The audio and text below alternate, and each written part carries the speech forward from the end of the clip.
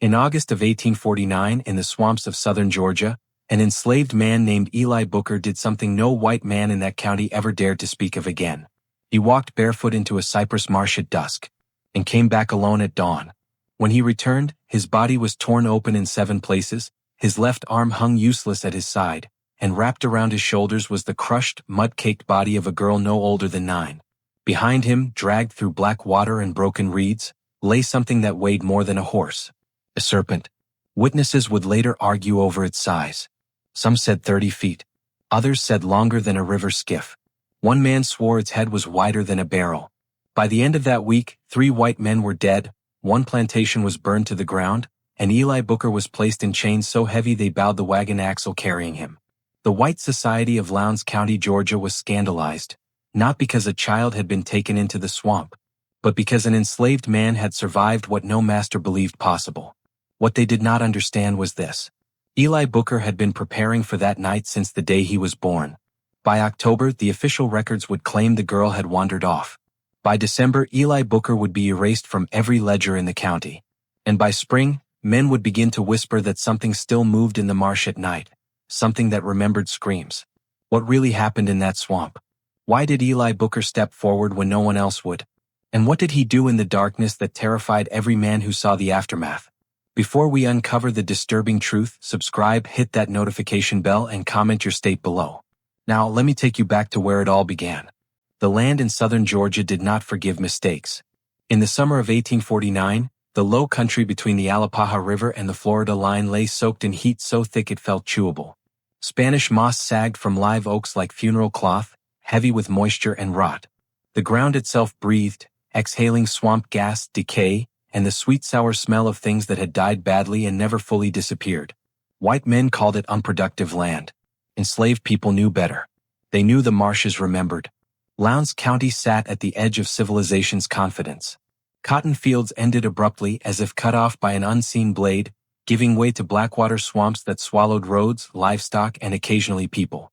The soil looked solid until it was not. One wrong step and a man could sink chest deep before he understood what was happening. By the time he screamed, the sound rarely carried. What the county produced best was not cotton or timber, but silence. Runaways vanished there. Hunters failed to return. Dogs refused certain paths. And the stories, quiet, persistent stories, never quite died. They spoke of old things in the water. Not alligators. Not snakes anyone could name. Elders whispered of shapes that moved against the current, of ripples too wide, of trees bent and scarred at heights no animal should reach. White overseers laughed when they heard such talk. They always laughed. Superstition was useful. It kept people afraid of the wrong things. The marsh, however, did not care what anyone believed. Booker Plantation lay just far enough from the deepest swamp to pretend safety. Wide cotton rows stretched like military formations under the sun, worked by more than 80 enslaved men and women whose lives were measured in pounds picked and days survived. The main house sat on a slight rise, white-painted and confident, with tall windows that looked out over the fields as if overseeing a ledger. From those windows, the swamp was only a dark line on the horizon. Closer up, it was a mouth. Cypress knees jutted from the water like broken teeth. The surface reflected the sky in fragments, constantly disturbed by insects, fish, and things that never showed themselves fully. Sound behaved strangely there. A shout might echo for miles or vanish entirely. At night, the frogs grew quiet without warning. That was when the older ones stopped talking altogether. None of this appeared in county records. Ledgers listed acreage, crop yield, births, deaths, and punishments. They recorded whippings with the same careful hand as livestock purchases. But no book ever noted the men who walked into the swamp and did not come back. No column existed for fear. Eli Booker grew up at the edge of that darkness. Even as a boy, he understood the boundary. He felt it the way some men felt weather changes in their bones. He knew which trees leaned too far, which pools stayed too still, which paths animals avoided. He watched the swamp the way others watched the sky, alert, respectful, never careless. Most people mistook his silence for dullness. He did not speak unless spoken to. He worked without complaint. When overseers barked orders, he obeyed with slow precision. When others whispered at night, he listened. He remembered. He stored away fragments of stories like tools, knowing their purpose would come later. What no one noticed, what no one ever noticed, was that Eli spent his rare moments alone studying the land. He memorized the way water flowed after heavy rain. He noted where snakes basked and where they did not. He learned how sound traveled through reeds and cypress roots. And he learned this above all: the swamp did not strike without warning. In July of that year, the heat grew worse. Livestock grew restless. Dogs whined at night and scratched at doors. A hog disappeared near the marsh edge, leaving only churned mud and a drag mark that ended in water. The overseer cursed and blamed thieves. No one believed him. An old man named Samuel, bent, scarred, and nearly blind, shook his head when he heard. "Something woke up," he said quietly. "Old fool," the overseer replied. "Everything wakes up in summer." Samuel did not argue. He had lived long enough to know when words were wasted. 3 weeks later, the frogs went silent one evening just before dusk. The quiet spread outward, rolling across the swamp like a held breath. Insects slowed. Birds lifted from trees in sudden waves. Even the air seemed to pause, thick and waiting. Eli felt it from the fields. He straightened, cotton sack heavy on his shoulders, and turned his head toward the marsh. His hands tightened without conscious thought. A memory surfaced, his mother's voice, low and urgent, years earlier. "When the swamp listens," she had said, "you best do the same." What Eli did not know, what none of them knew, was that by nightfall a child would be missing. Nor did they know that the land, patient and ancient, had already chosen its next offering. The swamp did not rush. It never had. Eli Booker had been large from the beginning. The women who helped deliver him whispered that a child that size would not live long, that something so heavy born would either break the mother or be taken early by fever. His mother survived the birth but never recovered from it, and Eli grew up with the unspoken knowledge that his body had already demanded a price before he could remember his own name. By the time he reached manhood, there was no mistaking him. He stood well over 6.5 feet, shoulders broad as a plow horse, arms thick with corded muscle earned from timber work and field labor that would have broken smaller men. When he walked, the ground seemed to acknowledge it. Overseers noticed him immediately, then learned to keep their distance. Not out of kindness, out of instinct. Power recognized power even when it refused to name it. The plantation records described him simply as male, field hand, sound. No mention of his size. No comment on the way his presence altered a space. Words on paper could not account for men like Eli, so they did not try. He was born on Booker Plantation, the son of a man named Isaiah and a woman named Ruth. Isaiah had been leased out to timber camps when Eli was still small, cutting cypress in conditions so brutal even the overseers rarely stayed long. One winter, Isaiah failed to return. No body. No explanation. Just a blank space in the ledger where his name had been crossed out. Ruth raised Eli alone after that, her back bent early, her voice soft but unwavering. She taught him when to speak and, more importantly, when not to. She taught him that listening could be a weapon if used correctly. At night, when others slept, she told him stories, not to frighten him but to prepare him. "The land remembers," she would say. "The water remembers longer." She died when Eli was 12, swept away during a sudden flood while trying to guide 2 younger children across a swollen ditch. The current took her without drama. No screaming. No struggle anyone could see. One moment she was there, the next she was not. Eli stood on the bank and watched the water close over her head. He did not cry then. He did not cry later. Something settled into place instead, something heavy and permanent. From that day on, he paid attention to water as if it were alive. Other enslaved men tested their strength against each other in stolen moments, lifting stones, wrestling, measuring themselves. Eli never joined. He did not need to prove what everyone already knew. His strength showed itself in quieter ways: how he carried 2 cotton sacks when others managed one, how he hauled fallen trees alone when chains snapped, how he absorbed blows without reacting when an overseer lost his temper. They mistook that restraint for emptiness. "You slow," one overseer told him once, circling him like a curious animal. "I move when I must," Eli replied. The words earned him a whipping that scarred his back for life. He accepted it without sound, eyes fixed on the horizon where the swamp darkened the sky. What the overseer did not know, what he would never understand, was that Eli measured pain the way other men measured time. It passed. It taught. It did not rule him. At night Eli listened. He listened to the coughs of old men whose lungs had filled with cotton dust. He listened to women murmur prayers that blended scripture with older words no white ear recognized. He listened to the swamp. There were nights when the water shifted strangely, when ripples moved against the wind, when the frogs stopped mid-chorus. Eli would sit upright then, heart steady, breathing slow, cataloging the sound of silence. Those nights never ended quietly. Once, when he was 16, he followed the edge of the marsh after a mule wandered too close. He found the animal half submerged, eyes wide, legs tangled in roots that seemed to tighten when he pulled. Eli freed the mule, but not before seeing something else. A long, smooth impression in the mud, wider than his chest, curving toward deeper water. He told no one. Men who spoke of such things were laughed at, punished, or worse, used as proof that enslaved people were ruled by fear and fantasy. Eli understood how that game was played. He let others believe what they wished. By 1849, he had become essential to the plantation. Overseers relied on him without admitting it. When wagons stuck, they called for Eli. When tempers flared among the field hands, they watched him. He rarely intervened, but his presence alone seemed to calm storms before they broke. None of them asked what he thought. None of them noticed that he kept a blade hidden near the swamp line, wrapped in oilcloth and tucked beneath a cypress root. None of them questioned why he sharpened tools more carefully than required, or why he practiced knots after dark with a patience bordering on reverence. They did not see preparation when it stared them in the face. What Eli did not yet know, what no one on Booker Plantation knew, was that the land had been waiting for him just as long as he had been watching it. And when the moment came, it would not ask twice. Mary Ellen Whitaker had learned early that silence could be a form of escape. She was 9 years old in the summer of 1849, thin as a switch and pale from being kept indoors too often. Her dresses were clean but mended in places that revealed a childhood grown too quickly, as if the household expected her to outgrow herself. She belonged to Booker Plantation by blood but not by affection, the orphan niece of the owner's late wife, taken in out of obligation rather than warmth. The main house frightened her in ways she could not name. Its hallways echoed even when no one walked them.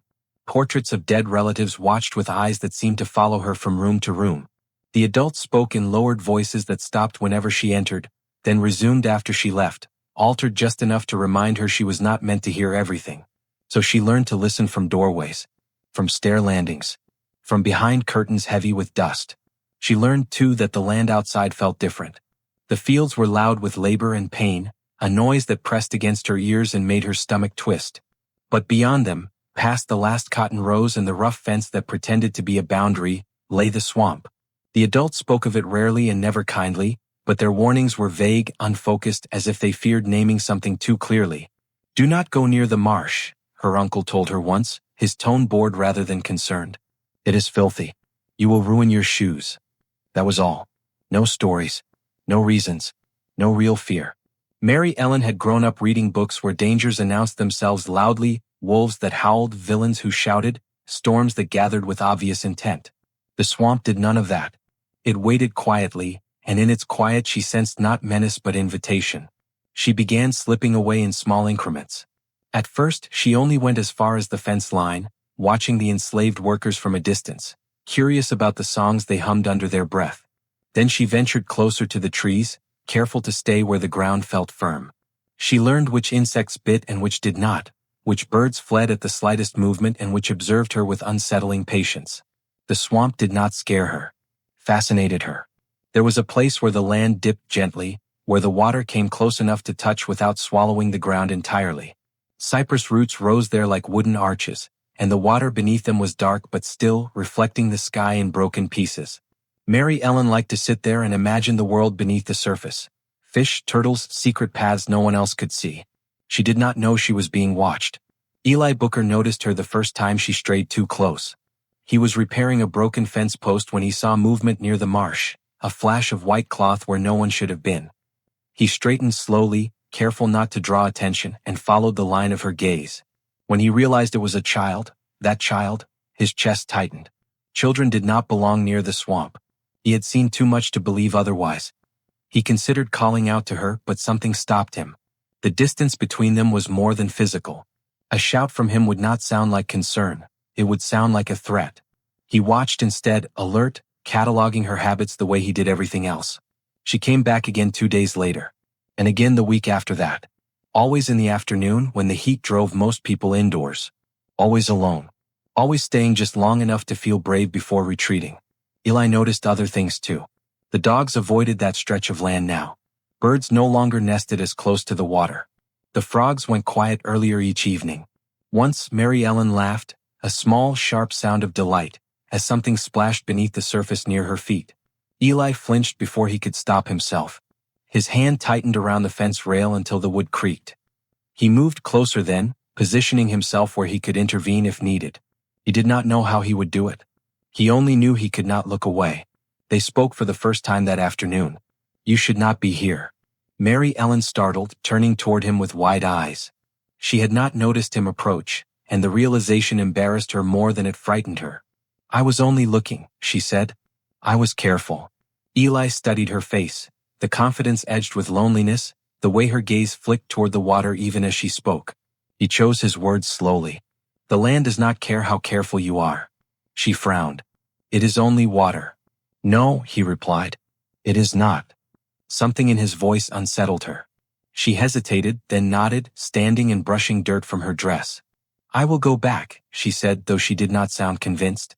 Eli watched until she was safely away from the marsh, then remained where he was long after she disappeared from view. The swamp had not moved. That troubled him more than if it had. What Mary Ellen did not know, what she could not possibly know, was that the swamp had already marked her. Animals sensed it. Eli sensed it. The land itself seemed to lean inward, attentive. On the morning she went missing, the heat arrived early.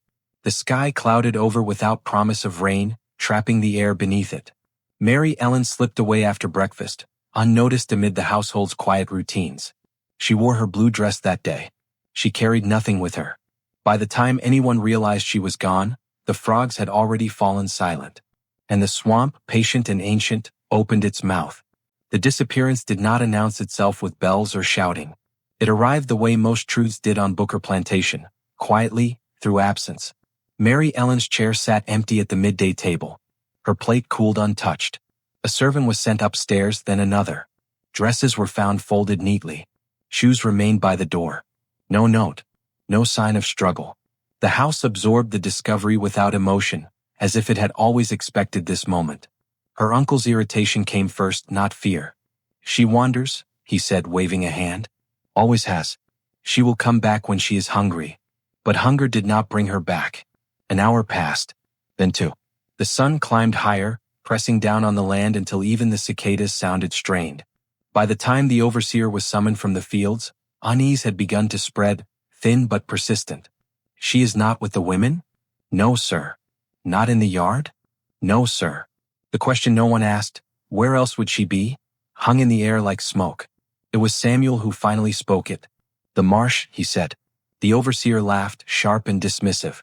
"The child knows better." Samuel's cloudy eyes did not shift. "Children do not know what we do not tell them."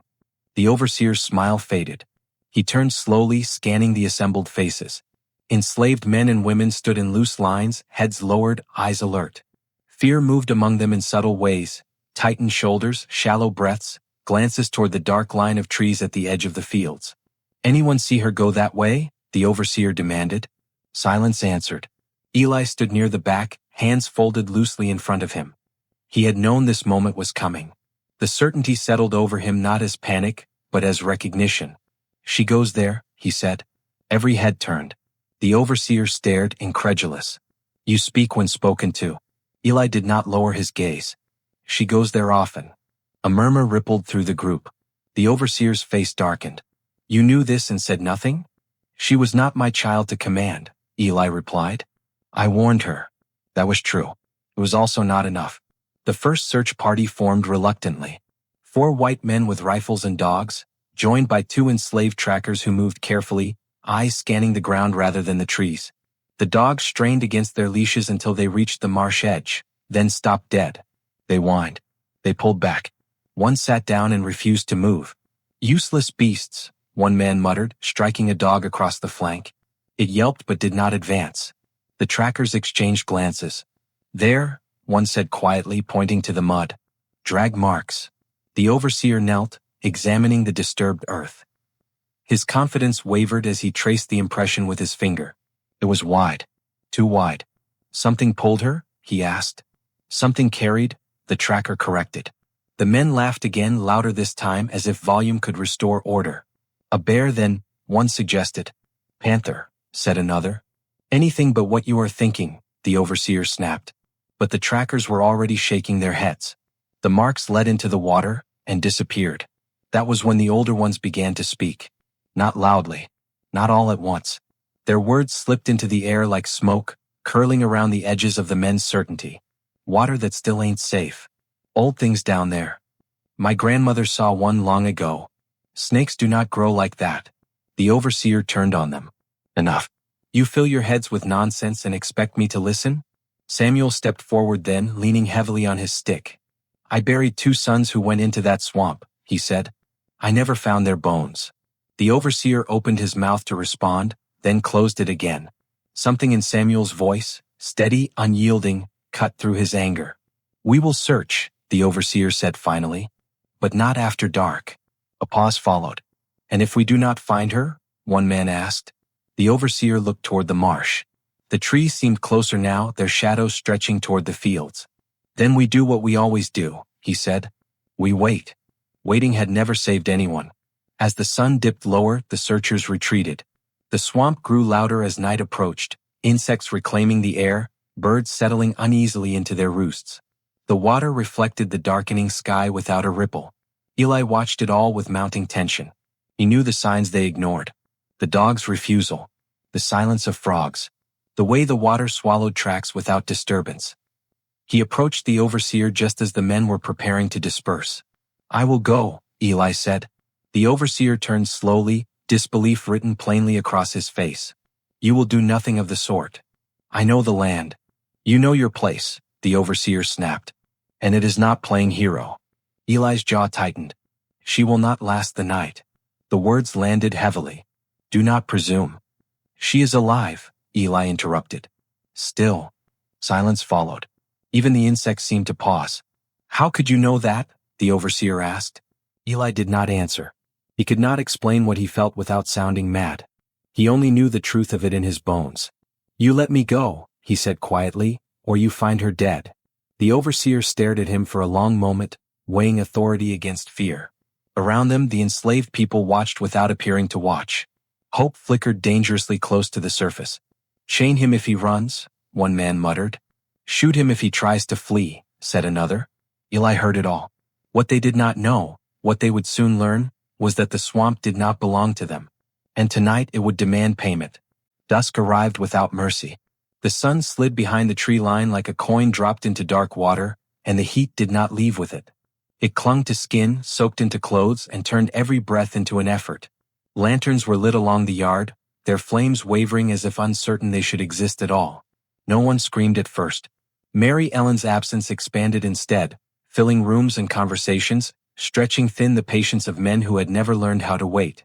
The overseer barked orders that led nowhere. Riders were sent down roads that did not touch the swamp. A servant was struck for asking the wrong question. Keep her inside next time, the man muttered, as if the problem could be scolded back into place. At the edge of the fields, the enslaved people gathered in quiet knots. They did not need to be told what was happening. The land had spoken clearly enough. Samuel sat on a low stump, hands folded over his stick, eyes fixed on the darkening trees. It is too late, he said to no one in particular. Eli stood nearby, still as a post. He had not moved since the overseer dismissed him. He felt the pull now, an unmistakable pressure like a current beneath the skin. The swamp was awake. It was not hiding that anymore. A sound rose from the trees then. Not a scream. Not yet. A disturbance, distant and brief, like brush snapping under sudden weight. Several heads turned. What was that? A man asked. Deer, another replied too quickly. Eli's heart began to beat harder, but his breathing remained steady. He counted the seconds. He listened for what followed. Nothing. That was worse. Then, as the light thinned and shadows deepened, the scream came. It was short. Cut off abruptly. Mary Ellen. The sound tore through the plantation like a blade. Women gasped. Someone cried out her name. The overseer froze, his authority shattering in an instant that would haunt him for years. There, Eli said. He was already moving. Stop him, the overseer shouted. Get back here. But Eli did not stop. He did not run either. He walked with purpose toward the swamp, every step measured, every sense sharpened. A man lunged for him and missed, fingers brushing his sleeve. Another raised a rifle, hesitated, and lowered it again. No one fired. The scream came again, closer now, muffled as if swallowed by water. Eli reached the tree line and paused. He turned back once, meeting the overseer's eyes across the distance. "You hear her," Eli said. "You do nothing." The overseer opened his mouth, then closed it. His face had gone pale. "Chain him," someone whispered. "After." Eli stepped into the trees. The swamp accepted him immediately. The ground softened under his feet, familiar and treacherous all at once. He moved off the narrow paths, choosing his way by instinct and memory. Mosquitoes descended in clouds, whining hungrily. The smell of rot thickened. Water lapped at his ankles, then his calves. Another scream, closer, weaker. "Hold on," Eli said aloud, though he did not know if she could hear him. "I am coming." He found the drag marks again, fresher now, deeper. The water had not erased them yet. He followed them without hesitation, ignoring the sting of insects, the slick pull of mud around his legs. Something shifted ahead. The water rippled against the current. Eli stopped. He felt it then, the weight of presence, immense and patient. The air seemed to press inward, sound dulling as if wrapped in cloth. He reached back, untying the bundle hidden beneath his shirt, fingers closing around the familiar shape of the blade he had sharpened so many nights. A low sound rolled through the swamp. Not a hiss. Not a roar. Something older. A vibration that traveled through water and bone alike. Eli crouched, scanning the dark. He caught a glimpse of white ahead, fabric snagged on a root, fluttering weakly. Mary Ellen lay partly submerged near a fallen cypress, her small hands bound with reeds, her mouth open in a soundless cry. Her eyes found him, wide with terror and something else, hope so sudden it hurt to see.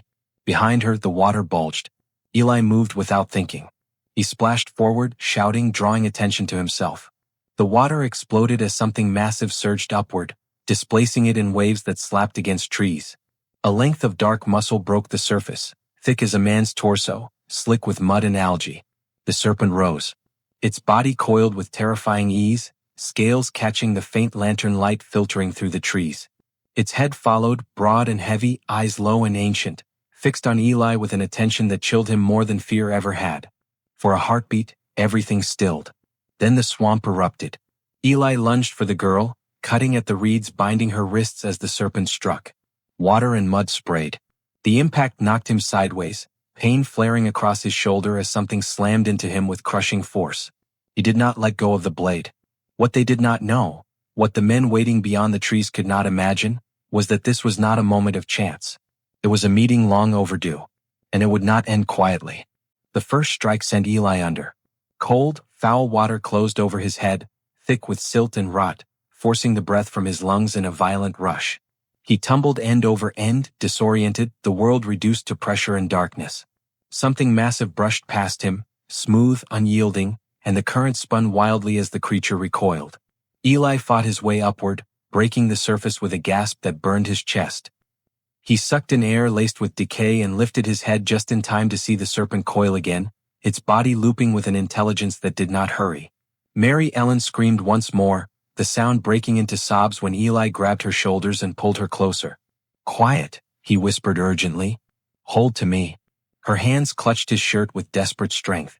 He could feel her shaking, each tremor a reminder that time was bleeding away. The serpent circled. Water rose and fell around its movements, waves slapping against Eli's thighs, then his waist. Its head stayed low, eyes level with his own, unblinking.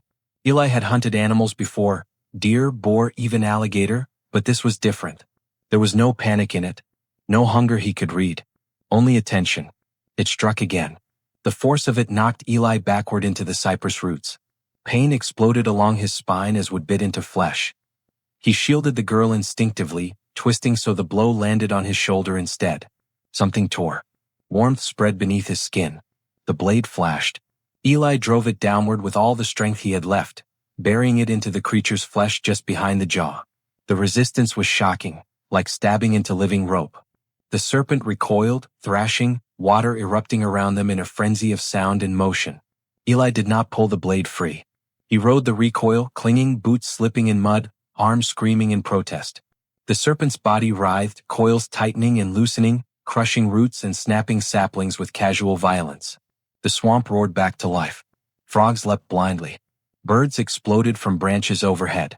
Insects filled the air in maddened clouds. The stillness that had ruled moments before shattered completely. The serpent dove.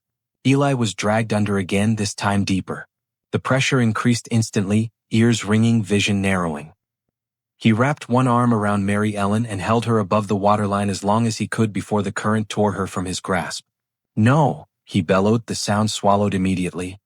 He kicked downward, following the turbulence, ignoring the agony in his shoulder. His fingers brushed fabric. He caught her ankle and pulled, dragging her back toward him as the serpent's coils closed around his legs. The squeeze was merciless. Bones creaked. Muscles strained. Eli grunted, forcing breath through clenched teeth. He drove his elbow backward, striking blindly, feeling the dull impact against unyielding flesh. The pressure eased slightly. Light flickered above, moonlight filtering weakly through the water.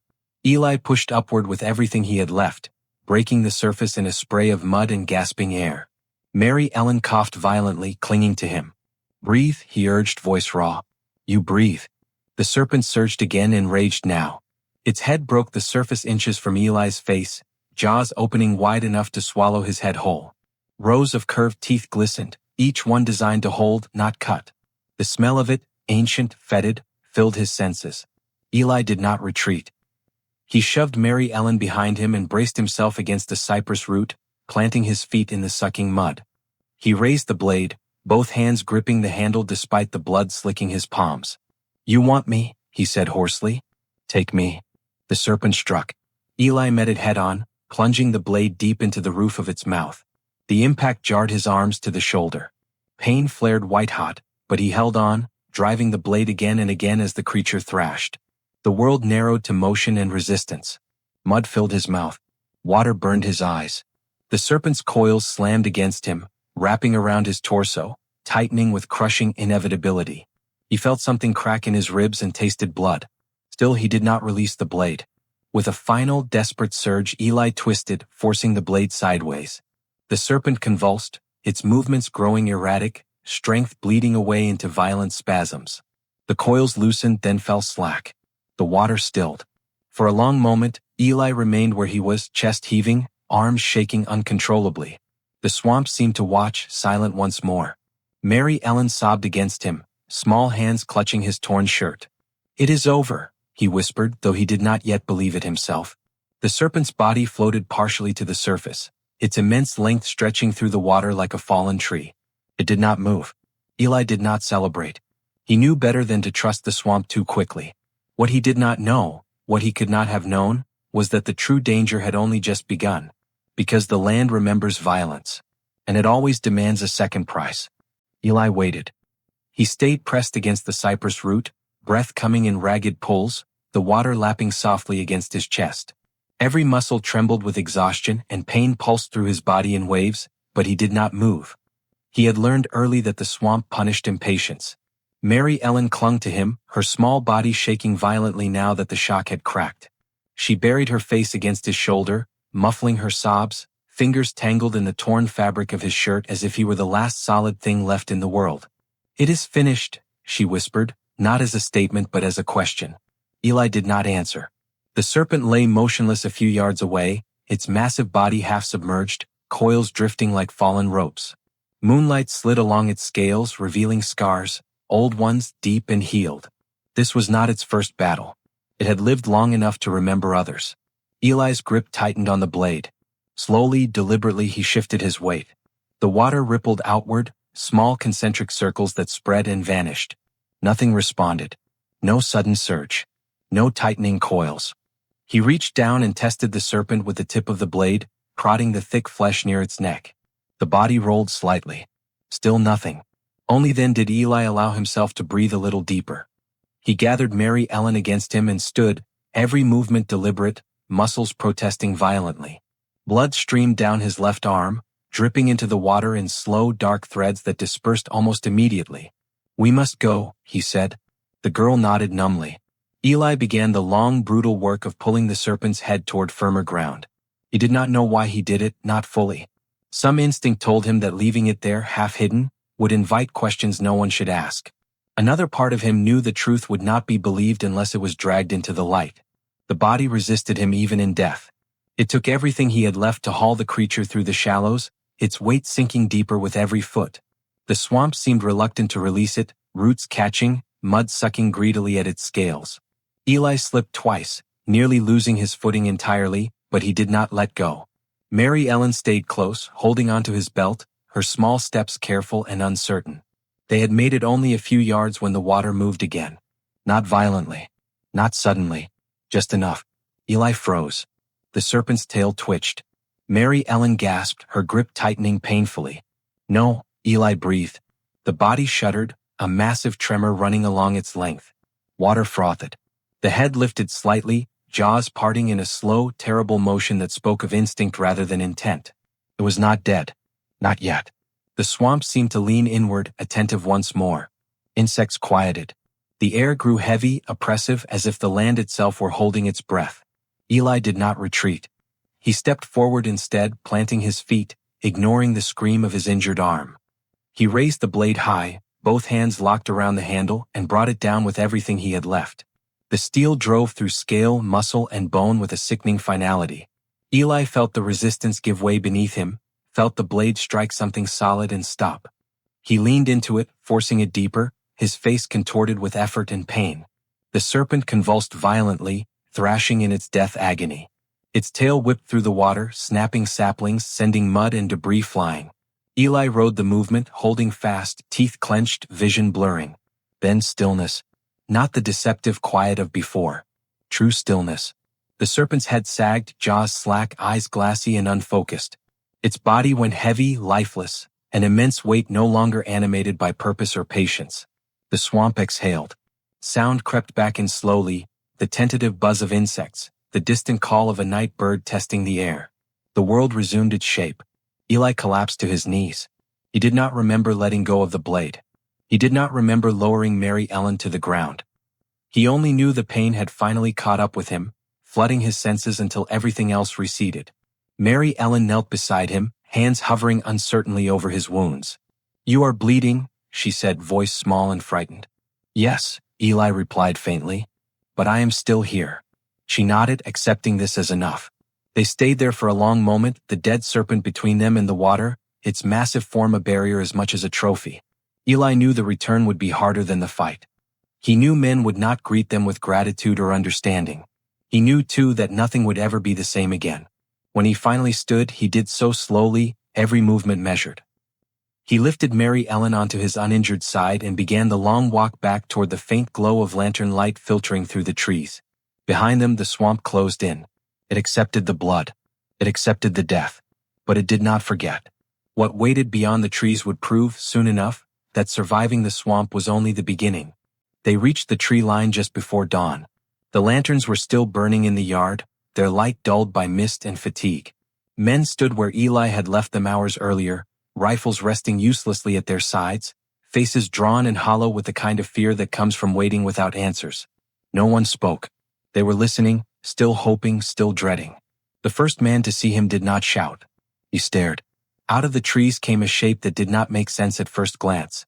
A giant of a man, barefoot, clothes torn and soaked black, blood streaking down his arm and chest. Draped over his shoulder like a sack of grain was the Whitaker girl, alive, whimpering softly, her face buried against his neck. And behind him, something else moved. A long, dark mass slid across the ground, dragged by one hand clenched white with effort. Mud fell away in heavy clumps, revealing scales that caught the lantern light in dull flashes. The thing left a furrow in the earth deep enough to bury a child. Someone crossed himself. "Jesus Christ," another whispered. Eli stopped at the edge of the light and let the serpent's head fall with a wet, final thud. It lay there, enormous and unmistakable, its jaw slack, tongue dark and motionless. Its length stretched beyond the reach of the lantern glow, disappearing back into the shadow of the trees as if the swamp still claimed part of it. For a long moment, no one moved. Mary Ellen lifted her head and looked around with unfocused eyes. When she saw her uncle, she whimpered and reached for him. He did not step forward. His face had gone ashen, his mouth opening and closing without sound. The child he had dismissed as a nuisance was alive only because of the man he owned. "What did you do?" the overseer finally asked. Eli's legs trembled. He shifted Mary Ellen higher on his shoulder and answered simply, "I brought her back." A murmur spread through the crowd, low and uncertain. Men edged closer to the serpent, rifles forgotten, curiosity and fear battling openly on their faces. "That is not possible," one said. "It is some trick," said another. A bear, skinned and stretched, a third offered weakly. Samuel pushed his way forward, leaning heavily on his stick. He stared down at the serpent's head, then up at Eli's bloodied face. "You met the old one," he said softly. Eli did not correct him. Mary Ellen was taken then, gently at first, then with growing urgency as her sobs turned to hysterics. She clung to Eli until hands pried her fingers loose one by one. Her uncle finally found his voice, barking orders for brandy, blankets, a doctor. No one ordered Eli anywhere. He stood where he was, swaying slightly, eyes fixed on nothing at all. "Chain him," someone said under his breath. The words fell like a stone into water, sending ripples of tension outward. Heads turned. Men glanced from the serpent to Eli, then back again. "He is injured," another said. "He is dangerous," came the reply. "He is still property." The overseer swallowed. "You," he said to Eli, forcing authority into his voice. "You will come with us." Eli nodded once. He did not resist when iron closed around his wrists, the weight of the chains dragging his arms downward until his shoulders screamed.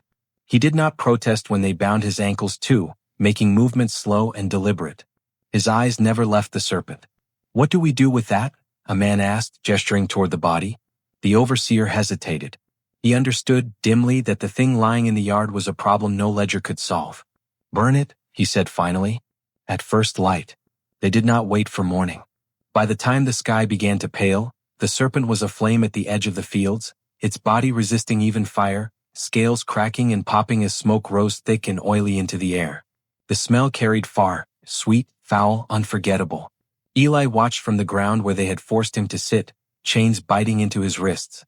He felt no triumph, no relief, only the steady, sinking certainty that this was not how the story would be told.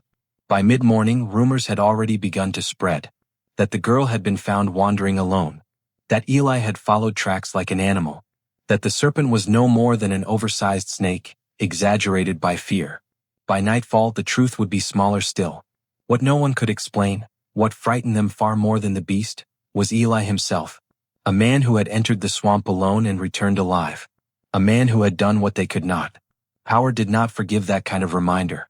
As the smoke drifted across the fields and the chains dug deeper into his flesh, Eli closed his eyes.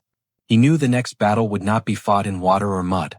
And he knew, with a certainty that settled cold and heavy in his chest, that surviving it might be harder than killing any monster the swamp could offer. Morning brought no clarity. The sun rose pale and weak behind a veil of smoke still drifting from the smoldering remains at the field's edge. What fire had not consumed, men hacked apart and buried in a pit dug hastily and without ceremony. No one wanted the thing left whole. No one wanted proof that might invite questions they could not answer. By breakfast, fear had hardened into something more dangerous. Control.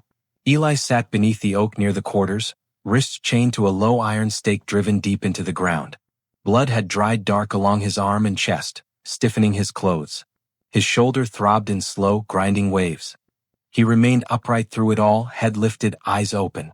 That unsettled them more than if he had begged. Men gathered in small knots near the main house, voices low, urgent. "He cannot stay." They saw him. If word spreads. It already has. Mary Ellen lay upstairs, feverish and trembling, watched over by women who spoke in whispers. She had said little since dawn. When she did speak, it was not to answer questions. "He was big," she murmured once, staring at the wall. "The water moved," she said another time. "He told me to hold on." Her uncle stood at the foot of the bed, hands clenched behind his back, jaw tight. Gratitude had come and gone quickly, burned away by something colder. An enslaved man had done what white men would not. Worse, what they could not. That truth sat like a stone in his chest. Down below, the overseer paced, hat in hand, sweat streaking his temples despite the morning chill. "This is bad," he said to no one in particular. "This is very bad." Samuel watched him from the shade, expression unreadable. "You let him go," Samuel said. "You heard her scream and did nothing." The overseer rounded on him. "Mind your tongue." Samuel smiled faintly. "You already lost control. You just do not know how much." That was the problem. The men had seen Eli walk out of the swamp carrying a child and dragging death behind him. They had seen his wounds, his calm, his refusal to collapse in awe of them. Whatever explanations they invented later would never fully erase that image. Fear began to look for an outlet. "Make an example," someone suggested quietly. Sell him south, said another. No, a third replied. He knows the land. Too much. The overseer listened, nodding slowly. By afternoon, the decision was made. They brought Eli to the yard again, chains clanking heavily with each step. He moved slowly now, stiffness settling into his limbs, but his posture remained unbroken. The enslaved people were forced to watch, lined along the edge of the fields like witnesses to a trial with no verdict but one. The overseer cleared his throat. By your actions, he began, voice practiced and cold, you have disrupted order. You have acted without permission. You have caused fear. A murmur rippled through the line. Eli said nothing. You will be punished, the overseer continued, and then you will be removed. Samuel stepped forward. Removed where? The overseer's eyes flicked toward the swamp. Somewhere he cannot remind us of what we are not, Samuel said softly. The overseer's face flushed. Take him. They dragged Eli toward the wagon waiting near the road, iron-shod wheels sinking slightly into the soft earth. The driver avoided looking at him. No one met his eyes. As they lifted him into the wagon, Mary Ellen appeared at the top of the porch steps, wrapped in a blanket, hair loose around her face. Her eyes found Eli instantly. No, she said. The word cut through the air, sharp and clear. They cannot, she insisted, voice shaking.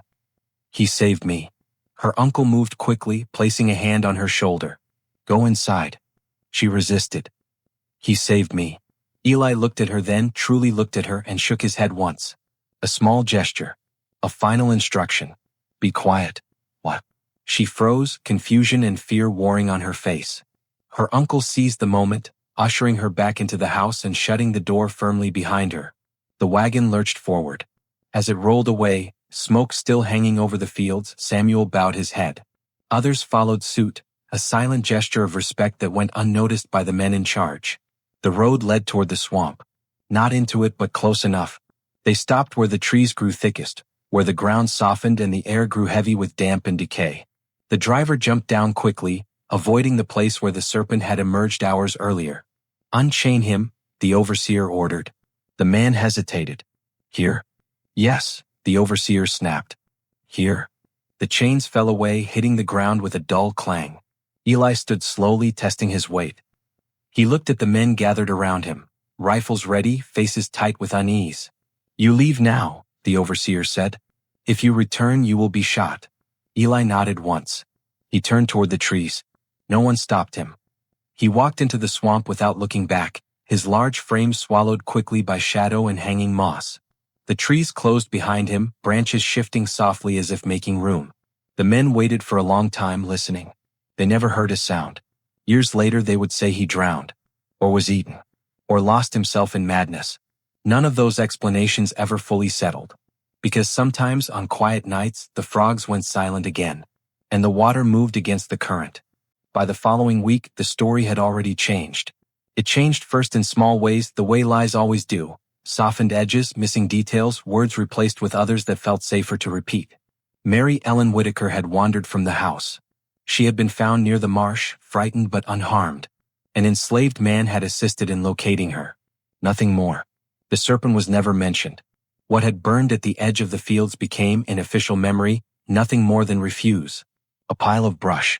A dead hog. A necessary fire. When smoke was recalled at all, it was blamed on land clearing. Ledgers were updated carefully. One line noted the loss of a field hand. Eli Booker removed. No cause. No destination.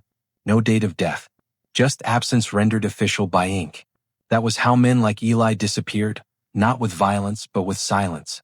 Mary Ellen was sent away within days, packed off to relatives in Savannah under the guise of recovery. Her fever lingered, and with it came dreams she could not explain. She woke screaming some nights, clawing at her sheets, whispering words no one understood. He was bigger than the house, she said once, eyes unfocused. The water listened to him. The women crossed themselves and told her to hush. Her uncle forbade further questions.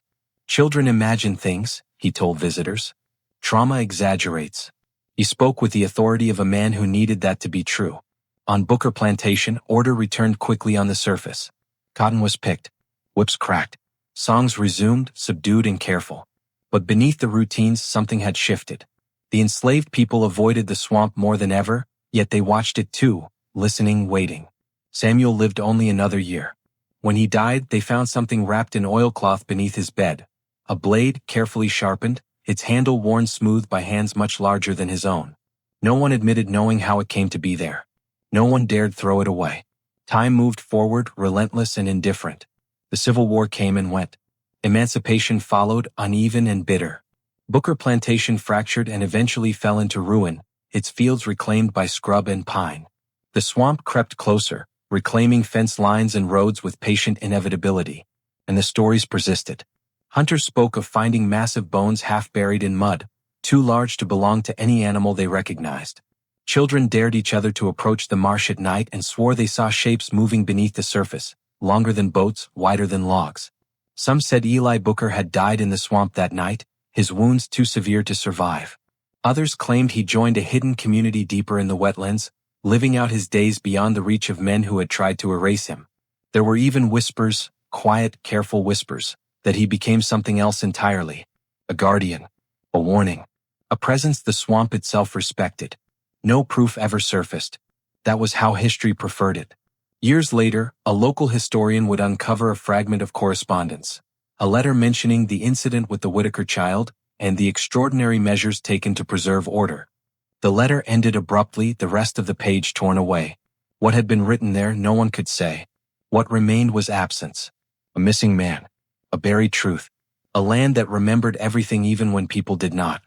And on certain summer nights, when the heat pressed down and the frogs fell silent all at once, those who lived near the old plantation swore they felt watched, not by something hungry but by something patient. Something that had once walked out of the swamp carrying a child in its arms. Something that had learned long ago that monsters came in many forms. Some wore scales. Others carried ledgers. And only one of them was ever truly destroyed. The years did what men could not. They covered tracks. They softened memories. They allowed lies to grow roots. By the 1870s, Booker Plantation existed only as a name spoken by older people who lowered their voices when they said it. The main house sagged and split, its white paint flaking away to reveal gray wood beneath, like bone through skin. The quarters collapsed one by one, reclaimed by vines and insects that did not care who had suffered there. The swamp crept forward patiently. It swallowed fence posts first, then paths, then the road that once carried wagons heavy with cotton and chained men. Water spread into places that had been dry for generations. Cypress trees rose where fields had been, their roots breaking the earth open from below. No one tried to stop it. They told themselves the land had always been like this, that nothing important had been lost. But the swamp remembered differently. Men hunting deer near the old property line spoke of finding iron half buried in the mud, links of chain fused together by rust, too heavy to lift easily. Others found bones that did not match any animal in the books, thick and curved and impossibly long. Each discovery was quietly dismissed. Old cattle, they said, washed in from somewhere else. Exaggeration. No one sent the bones to a city. No one asked too many questions. In Savannah, Mary Ellen Whitaker grew into a woman who avoided water whenever she could. She married, had children of her own, and learned to keep her voice steady when she spoke of the past. But sometimes, when her children played too close to the riverbank, she reacted with a fear that startled even herself. "Come back," she would say sharply. "Now." At night, she dreamed of dark water and a man whose face she could never fully remember, only his voice, low and certain, telling her to hold on. When she died in 1912, they found among her belongings a child's drawing folded and refolded until the paper was soft as cloth. It showed a huge, coiled shape and a towering figure standing between it and a smaller one. Someone had written a name in careful script beneath it. What? The drawing was thrown away by a grandson who did not understand why it mattered. History moved on. In the early 20th century, rumors surfaced again when a survey crew mapping wetlands for drainage projects refused to finish their work. They claimed something large moved beneath their boats at dusk, rocking them violently without surfacing. One man quit on the spot. Another laughed it off, until his boat was found the next morning, cracked in two, its occupants missing. The official report blamed alligators. Locals knew better. They had heard the old stories, passed down in fragments and half-jokes, stripped of names and dates but heavy with warning. Stories about a giant who walked into the swamp and never truly left. Stories about a place where the water protected its own. No one built there. No one lingered after dark. And when the frogs went silent all at once, people locked their doors and waited for sound to return. Whether Eli Booker lived beyond that night was never proven. There were no records, no graves, no witnesses who could be trusted. But sometimes absence speaks louder than proof. The swamp still stands where Booker Plantation once claimed order and ownership. It breathes, it shifts, it endures. And beneath its surface, layers of memory remain untouched by fire or ink. The truth was buried deliberately, but it was never destroyed, because land remembers. And sometimes when enough blood has soaked into the soil, the land chooses what to protect. Not masters, not records, but the ones who stood between innocence and darkness, even when the world tried to erase their names. Long after the names faded, long after the ledgers turned to dust, the swamp remained. It remained when men forgot why they feared it. It remained when roads were redrawn and property lines erased. It remained when the past became something people claimed was finished. In the heat-heavy summers of southern Georgia, the marsh still breathed the same way it had in 1849. Spanish moss still sagged from live oaks like mourning cloth. The water still reflected the sky in fragments, never whole. And on certain nights when the air felt too tight and the insects grew restless, sound vanished all at once. Frogs stopped first, then birds, then even the wind seemed to hesitate. Old people noticed. They always had. They would pause mid-sentence, heads tilting, eyes narrowing toward the dark line of trees. Some crossed themselves. Others simply waited, knowing better than to speak when the land was listening. No one ever said Eli Booker's name out loud anymore. But the shape of the story lingered. It lingered in warnings passed to children who wandered too far from solid ground. It lingered in the way hunters refused certain channels no matter how promising the game. It lingered in the unspoken understanding that some places were not meant to be claimed. In the 1930s, during a drought that lowered water levels across the region, a group of boys found something lodged between cypress roots near the old plantation boundary. They dug at it for hours, laughing, daring one another to keep going. What they uncovered made them quiet. A length of iron chain, fused solid with rust, thicker than a man's wrist. It was wrapped around a piece of bone so large none of them could imagine what creature it belonged to. The bone curved gently, its surface worn smooth by time and water. They stared at it in silence. One boy said, "That ain't right." They left it where it was. By the next week, the water had risen again, swallowing the spot entirely. No one ever found it twice. Stories like that never made it into newspapers. They lived where truth often did, in the margins, in conversations cut short, in the way people chose one road over another without explaining why. Historians argued later about whether such a creature could have existed. They pointed to fossils, timelines, climate shifts. They dismissed the idea of a serpent of that size surviving into the 19th century as impossible. They did not account for how little the swamp gave up willingly. They did not account for men like Eli Booker, men erased so thoroughly that even skepticism had nothing solid to argue against. If Eli died that night, the swamp kept his body. If he lived, he did so beyond reach, beyond record, beyond the need to be believed. Both possibilities frightened people equally, because either meant the same thing. The system that had tried to own him had failed. On quiet evenings, when the light fades just so and the water turns black and still, locals swear they sometimes see movement where none should be. Not violent, not threatening, just present. A disturbance that moves against the current and then disappears again. A reminder. The swamp does not forget what was done in its shadow. It does not forget who bled. And it does not forget who chose to stand when others looked away. History tells us monsters are things to be hunted, killed, and burned. But this story, buried, denied, half-remembered, suggests something more unsettling. That the true monsters were the ones who feared a man's courage more than a beast's hunger. That the most dangerous thing Eli Booker ever did was survive, and be seen doing it. And that some truths, no matter how deeply buried, continue to move beneath the surface. Waiting. What do you think really happened that night in the Georgia swamp? Did Eli Booker die from his wounds? Or did he disappear into a place that finally belonged to him? Was the creature truly destroyed? Or did the swamp simply reclaim what was always its own? Leave your thoughts in the comments below. I read them all. If you enjoyed this dark historical tale and want more stories that blur the line between documented history and buried horror, subscribe to the channel and hit the notification bell so you never miss an upload. Share this story with someone who believes the past is finished and forgotten. Because stories like this were never meant to be erased. These voices were never meant to be silenced. And some places are still listening.